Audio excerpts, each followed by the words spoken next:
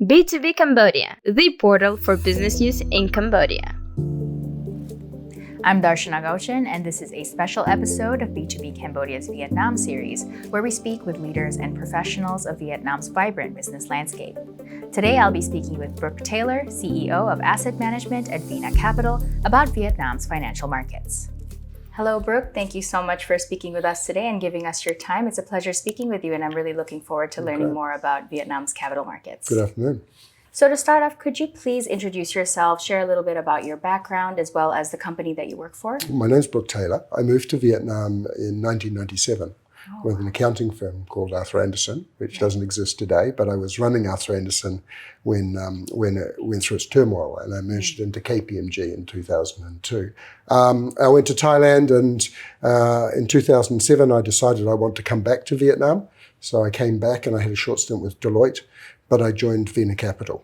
And I joined Don Lam, the founder of VinaCapital. The company itself was founded in 2003.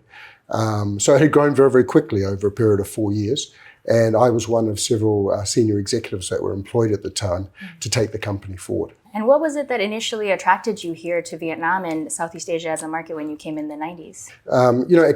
Growing up in New Zealand, you're sort of taught that you need to go and get experience in another country, go overseas. And a lot of New Zealanders, they make the journey to the UK, Europe, or perhaps America. But from a very young age, I felt that Asia offered more opportunity for New Zealand as a country, and I wanted to get experience in Asia. So my original intentions coming to Vietnam was actually as a stepping stone to get to China, but I never really got that far. And so I was very happy to work here and in Southeast Asia, and have remained ever since. When I arrived, GDP per capita was about $250 per person. Oh, wow. And now it's at 4,500. So it's gone up significantly. If you map it out, that's an average growth rate of about 6.5% per year. Perhaps more interesting, a stark of importance is the poverty rate has actually gone from 53% down to about 3% in the same period of time. And so I think if you look around the world, you won't find another country that has transformed in that way, grown GDP and reduced the poverty rate to such extreme extent over that time. Vietnam has adopted the East Asia Development Model, which is an economic model that was used in countries like South Korea and Taiwan. So what has happened here is the government back in the late 90s, they attracted a lot of foreign investment to build factories. And they also entered into a lot of trade agreements to make sure that if those factories were producing, then they had somewhere to export those goods. So that with the combination of labor and capital, they increased manufacturing output. And this really changed in 2007.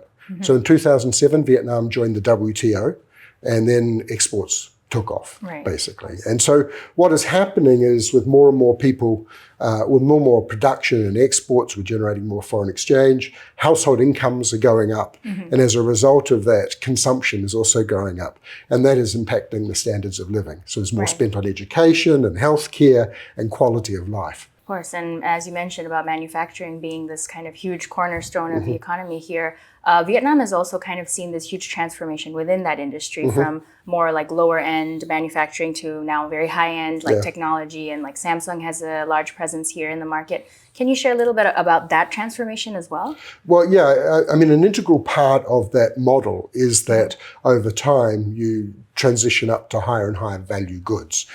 So you start with very basic footwear and garments and other textiles and so forth, furniture, and then you move to the high-tech sector. And Vietnam's done a very good job of attracting investors from particularly Japan, Korea, and Taiwan, and China as well, to set up plants here through a very targeted approach to attract those companies. But look, it's not all high tech. I think the statistics are about 50% high tech, with the other 50% more garments, textiles, footwear, and agricultural products. So another important driver of the economy is actually the country's agricultural wealth. Despite having very, very difficult times 30 or 40 years ago in terms of self-sufficiency in food and production, today Vietnam is a huge exporter of food and among the top 10 countries in the world in terms of food exports. I've mentioned that the country's grown for the last 20 years But it's still got a long way to go before it becomes a high-income nation. The reason I've been here for so long is that I've had confidence in the way that this country can move forward. The government has stated that they did want to grow at 8% this year. So the long-term average is 6.5%. They said they want to grow at 8% this year. Now, because of the Trump tariff situation, that might be dented a little bit, but you'd be surprised it's not as much as people might suspect. And the government is aiming for 10% growth per year for every year after that up to 2030. Right. Now, the reason they're doing that is they realize that actually 6.5% growth is not fast enough. They will not be able to escape what they refer to as the middle income trap.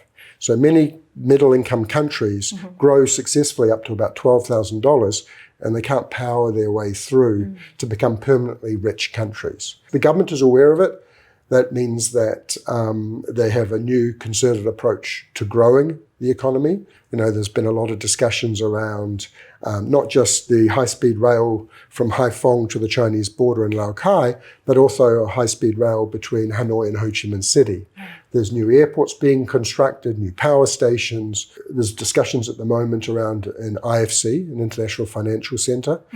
It would be a great mechanism to bring capital into Vietnam for investment. It's not so much about outward investment. It's not so much about facilitating investment between countries outside Vietnam. It's about bringing investment capital into Vietnam, into the capital markets, into private investment and so forth, and modernizing the financial services sector as well. So, all of these things are a lot of very exciting things going on here.